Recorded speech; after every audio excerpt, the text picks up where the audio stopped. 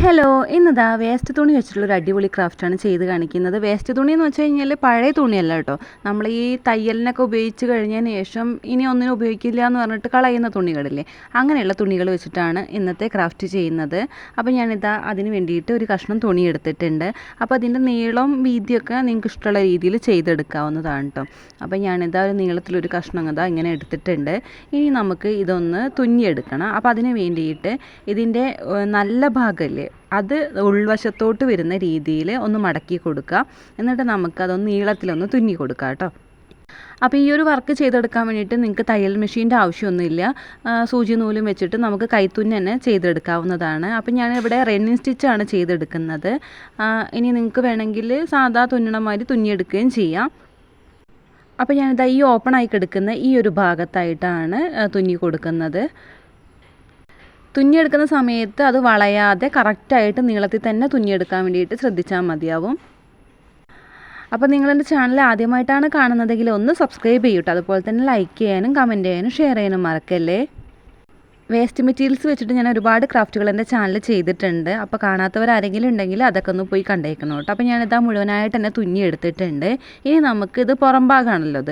അപ്പോൾ നമുക്ക് ഇതൊന്ന് ഉൾഭാഗത്തോട്ട് തിരിച്ചിടണം. അപ്പോൾ ഞാനിതാ ഇനി ആ നൂലിൻ്റെ ആവശ്യമില്ല. അപ്പോൾ ആ നൂലൊന്ന് വെട്ടിയെടുത്തതിന് ശേഷം ഇതാ ഇങ്ങനെ ഒന്ന് കൈയിട്ടിട്ട് ആ ഒരു ഉൾഭാഗം അങ്ങനെ പുറത്തോട്ടാക്കി എടുക്കുകയാണ് ചെയ്യുന്നത്. അപ്പോൾ ഒരു വിരൽ ഇതാ അതിൻ്റെ ഉള്ളിലൂടെ അങ്ങ് ഇട്ടിട്ട് ആ ഒരു അറ്റം ഒന്ന് പിടിച്ചിട്ട് ഒന്നിങ്ങനെ വലിച്ചെടുത്താൽ മതിയാവും കേട്ടോ. അപ്പോൾ എളുപ്പം തന്നെ നമുക്കതൊന്ന് പുറം തിരിച്ചെടുക്കാൻ വേണ്ടി പറ്റും.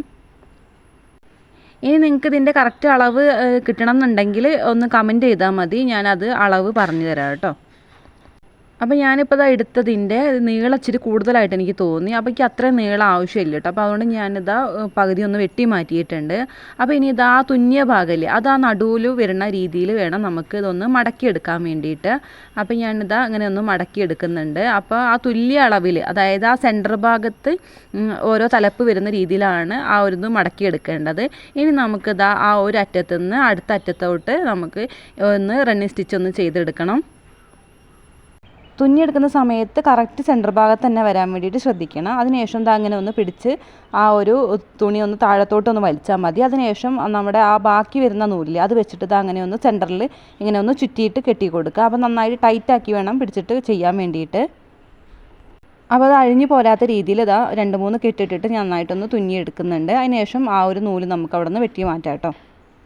ഇനി നീളവും വീതിയും ഒരേപോലെ വരുന്ന ഒരു കഷ്ണം തുണി എടുത്തിട്ടുണ്ട്. അത് നമുക്കിതാ കോണോട് കോണുന്ന രീതിയിലൊന്ന് മടക്കി കൊടുക്കണം.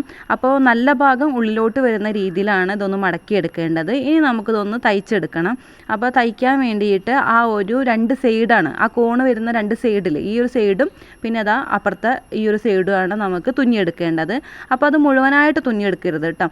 ആ ഒരു കോണ് കംപ്ലീറ്റ് ആവാതെ ആ ഒരു കുറച്ച് ഭാഗം നമുക്കൊന്ന് തുന്നാണ്ട് വിടണം.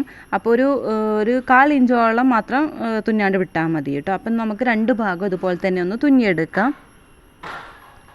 തുന്നിക്കൊണ്ടിരിക്കുന്ന സമയത്ത് ചിലപ്പോൾ ആ ഒരു തുണി അങ്ങോട്ടും ഇങ്ങോട്ടൊക്കെ ഇളകാനുള്ളൊരു സാധ്യത ഉണ്ട്. അപ്പോൾ അതുകൊണ്ട് അതില്ലാതിരിക്കാൻ ഒന്നെങ്കിൽ വെയിറ്റ് എന്തെങ്കിലും കയറ്റി വെക്കുക, അല്ലെങ്കിൽ വല്ല ക്ലിപ്പോ പിന്നോ എന്തെങ്കിലും കുത്തി വെച്ചാലും മതിയാവും. അപ്പോൾ നമുക്ക് എളുപ്പം തന്നെ തുന്നിയെടുക്കാൻ വേണ്ടി പറ്റും കേട്ടോ. അപ്പോൾ ഞാനിതാ ഒരു ഭാഗം അങ്ങ് തുന്നിയെടുത്തിട്ടുണ്ട്. അതുപോലെ തന്നെ അടുത്ത ഭാഗം തുന്നിയെടുക്കണം. ആ ഒരു അറ്റത്ത് എത്തുമ്പോഴത്തേക്കും നമുക്കത് അങ്ങനെ ഒന്ന് തുന്നിയിട്ടിട്ട് നന്നായിട്ട് കെട്ടിയിട്ട് കൊടുക്കാം.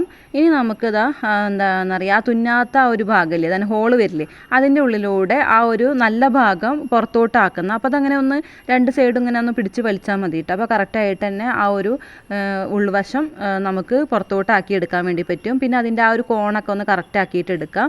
ഇനി അത് ആ തുന്നിയെടുക്കാത്ത ആ ഒരു ഭാഗമില്ലേ, അവിടെ നമുക്കിതൊന്ന് മടക്കി പിടിച്ചിട്ട് അത് അങ്ങനെ ഒന്ന് തുന്നി കൊടുക്കണം. ഇനി നമുക്ക് ആ ഒരു നൂലൊന്ന് വെട്ടിയെടുക്കാം. ഇനി ഇതാ അങ്ങനെ ഒന്ന് നിവർത്തി പിടിച്ചതിന് ശേഷം ഒരു ആദ്യം ആ തള്ളവിരൽ രണ്ടും ഇങ്ങനെ സപ്പോർട്ടാക്കി വെച്ചിട്ട് ആ ഒരു നടുവിരൽ വെച്ചിട്ട് ഇതാ അങ്ങനെ ഓരോ ലെയറായിട്ട് ഇങ്ങനെ ഒന്ന് പിടിച്ചു കൊടുക്കാം. അപ്പോൾ വീഡിയോ കാണുന്ന സമയത്ത് നിങ്ങൾക്ക് കറക്റ്റായിട്ട് മനസ്സിലാവും കേട്ടോ. അപ്പോൾ ഇതിങ്ങനെയാണ് പിടിച്ചെടുക്കേണ്ടത്. ഇങ്ങനെ ഒന്ന് പിടിച്ചിട്ട് നമുക്കിതൊന്ന് തുന്നിയെടുക്കണം. അപ്പോൾ ആ ഒരു 2 അറ്റവും ഒരേപോലെ തുല്യമായിട്ട് ഇരിക്കാൻ വേണ്ടിയിട്ട് ശ്രദ്ധിക്കണം. ഇനി ഇത് അടിഭാഗത്തു നിന്ന് ഞാനിതാ ഒരു സൂചി നൂല് ഉപയോഗിച്ചിട്ട് നന്നായിട്ടൊന്ന് തുന്നി കൊടുക്കുന്നുണ്ട്. അതായത് ആ എല്ലാ ലെയറുകളും ഒരേപോലെ ഇരിക്കാൻ വേണ്ടിയിട്ടാണ് അങ്ങനെ ചെയ്തെടുക്കുന്നത്. ഈ ഒരു വലിപ്പം കുറയ്ക്കണമെങ്കിൽ നിങ്ങൾക്ക് എടുക്കുന്ന ആ ഒരു തുണിയുടെ അളവ് വളരെ കുറച്ചെടുത്താൽ മതിയാവും കേട്ടോ. അപ്പോൾ ഇനി നിങ്ങൾക്ക് വേണമെങ്കിൽ സാറ്റേണിൻ്റെ തുണികളൊക്കെ കയ്യിലുണ്ടെങ്കിൽ അത് വെച്ചിട്ട് ചെയ്ത് കഴിഞ്ഞാൽ ഇതിനേക്കാളും കുറച്ചും കൂടെ ബെറ്റർ ആയിട്ടിരിക്കും. അപ്പോൾ ഞാനിതാ മുഴുവനായിട്ടും തുന്നിയെടുത്തതിന് ശേഷം നമ്മൾ ആദ്യം ഉണ്ടാക്കിയിട്ടുള്ളതും രണ്ടാമത് ഉണ്ടാക്കിയിട്ടുള്ളതും കൂടി ഇത് അങ്ങനെ ഒന്ന് വെച്ചിട്ട് രണ്ടും കൂടെ ഒന്ന് തുന്നി കൊടുക്കണം. അപ്പോൾ അത് അതിൽ നിന്ന് രണ്ടാമത്തേലോട്ട് ഇതങ്ങനെ ഒന്ന് സൂചി വെച്ചിട്ട് തുന്നി കൊടുത്താൽ മതിയാവും. ഇനി ഇതാ രണ്ടും കൂടെ ഒരുമിച്ച് തുന്നിയെടുത്തതിന് ശേഷം ഇനി ഇതുപോലെ ഒരു ചെറിയ കഷ്ണം തുണി എടുക്കണം. അതിനുശേഷം ഒരു സൈഡ് ഇതാ നടുവിലോട്ടൊന്ന് മടക്കി കൊടുക്കുക, അതുപോലെ തന്നെ അടുത്ത സൈഡും നടുവിലോട്ട് മടക്കി കൊടുക്കുക. അതിനുശേഷം രണ്ടും കൂടെ ഒരുമിച്ച് പിടിച്ചിട്ട് ഇതാ അങ്ങനെ ഒന്ന് മടക്കി കൊടുത്തു കഴിഞ്ഞാൽ ഇതുപോലെ കിട്ടും. ഇനി നമുക്ക് ഇതൊന്ന് ആദ്യം ഉണ്ടാക്കിയതിലോട്ടൊന്ന് വെച്ചിട്ട് തുന്നിയെടുക്കണം. അപ്പോൾ ഈ ഒരു രീതിക്കാണ് ചെയ്തെടുക്കേണ്ടത്. ആദ്യം ഇതങ്ങനെ ഒന്ന് പിടിച്ചിട്ട് നമുക്ക് ആ ഒരു ഇതിൻ്റെ ഒന്ന് ചുറ്റിയെടുക്കുകയാണ് വേണ്ടത് കേട്ടോ. അപ്പോൾ അതൊന്ന് ചുളുങ്ങാത്ത രീതിയിൽ കറക്റ്റാക്കി പിടിച്ചിട്ട് ഇത് അങ്ങനെ ഒന്ന് റൗണ്ട് ചെയ്തെടുത്താൽ മതിയാവും. അതിനുശേഷം ഒരു സൂചി നൂലും വെച്ചിട്ട് നമുക്കതൊന്ന് കറക്റ്റ് തുന്നി കൊടുക്കാം കേട്ടോ. ഇനി ഈ ഒരു ഭാഗത്ത് ആ തുണിക്ക് അനുയോജ്യമായിട്ടുള്ള കളറിലുള്ള വല്ല സ്റ്റോണോ അല്ലെങ്കിൽ മുത്തോ എന്തെങ്കിലും ഉണ്ടെങ്കിൽ അവിടെ ഒട്ടിച്ചു കൊടുക്കുക, തുന്നി കൊടുക്കുക ചെയ്യാവുന്നതാണ്. ഞാനിപ്പോൾ തൽക്കാലം അതൊന്നും ചെയ്തെടുക്കുന്നില്ല കേട്ടോ. ഇതിങ്ങനെ തന്നെയാണ് ചെയ്യുന്നത്.